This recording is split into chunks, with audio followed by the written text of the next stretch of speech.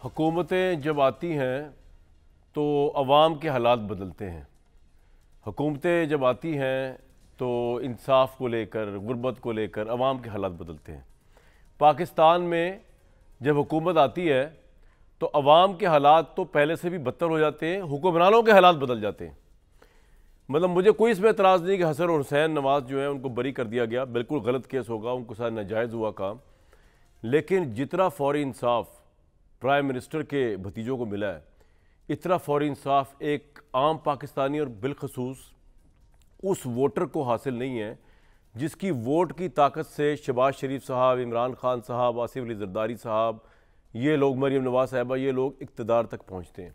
उनको ये सहूलत हासिल नहीं है कि वो इतनी जल्दी जो है उनके साथ इंसाफ ऐसे हो जाए कि वो बरी हो जाए। अच्छी बात है, बरी होगी, मैं तो बड़ा खुश हूँ। उनके साथ ज़्यादती होगी, नाइंसाफ़ी होगी, अदालत ने सही फैसला दिया होगा। लेकिन जितना फौरी इंसाफ हुक्मरानों को मिलता है, अभी हमने देखा जब PDM 1 आई कि शहबाज शरीफ साहब जिनके ऊपर फ़र्द जुर्म लग, आप सोचिए पाकिस्तान का कोई आम शहरी होता अगर शहबाज शरीफ साहब और फ़र्द जुर्म लगनी होती तो फ़र्द जुर्म लग भी चुकी होती, पता नहीं जेलें और कैदें हो भी चुकी होती, लेकिन वो प्राइम मिनिस्टर बन के रातों रात फ़र्द जुर्म सब कैंसिल, केस सारे विड्रॉ, आराम से salute, guard of honour, police, ये वो शशके प्रोटोकॉल और ये जा और वो जा। और वो अवाम जिसने वोट दे के शहबाज शरीफ साहब को प्राइम मिनिस्टर बनाया होगा वो उसने धक्के खाएगी। वो 20-20 साल कोर्टों में जलील होगी, उसको ना पुलिस से इंसाफ मिलना है, ख़ासतौर पर ना पंजाब पुलिस से इंसाफ मिलना है, बाकी सूबों की पुलिस से भी कोई नहीं खास मिलना, सिंध KP वगैरह से, ना उसको अदालतों से इंसाफ मिलना है। ये इनके लिए इंसाफ है जिनको वोट की ताकत दे के आप ताकतवर बनाते हैं, ये सारा इंसाफ अपनी जेब में डाल के ले जाते हैं। आगे मैं पढ़ रहा था, आज पता चला कि आज पाकिस्तान के सबसे बड़े लॉयर फारूक H नाइक साहब, उन्होंने ये दलील दी और बिल्कुल दस्तूर जो पाकिस्तान का गैर आइनी दस्तूर की क्लॉजेज़ हैं, गैर शरई कहूँगा मैं, गैर आइनी तो नहीं, गैर शरई क्लॉजेज़, कि जी क्योंकि प्रेसिडेंट ऑफ पाकिस्तान जरदारी साहब अब प्रेसिडेंट बन चुके हुए, अब एहतसाब से बालातर है।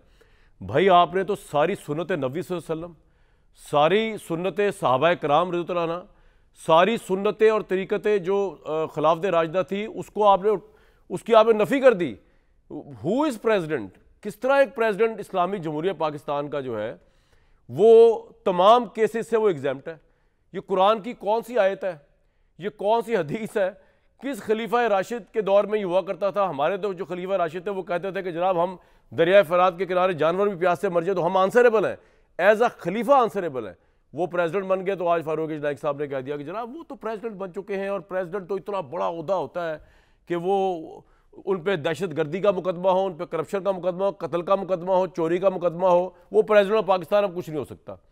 तो कहने का मतलब ये है कि आइनी ओहदे भी जो लेते हैं, आम आदमी मुबर्रा नहीं है करप्शन केसेस से, प्रेसिडेंट मुबर्रा है। और वो प्रेसिडेंट वो जो उस आम आदमी के वोट से बनता है। जिस मुल्क के अंदर इतना बड़ा आइन में पेवस्त तजाद हो, कॉल ऑफ फेल का तजाद, स्टेटस का तजाद, वो जो हुज्जतुल वदा खुतबा है उसकी नफ़ी कि अरबी को अजमी पे, अजमी को अरबी पे कोई फ़ौक़ियत हासिल नहीं। यहाँ पे हुक्मरान को अवाम के ऊपर टोटल फ़ौक़ियत हासिल है और गैर कानूनी और गैर शरई हासिल है। तो ये मुल्क इसी तरह दिवालिया होते हैं, IMF से भीख मांगते हैं, गल्फ स्टेट से भीख मांगते हैं। जिस मुल्क में इंसाफ नहीं होता, रूल ऑफ लॉ नहीं होता, उसमें यही होता है।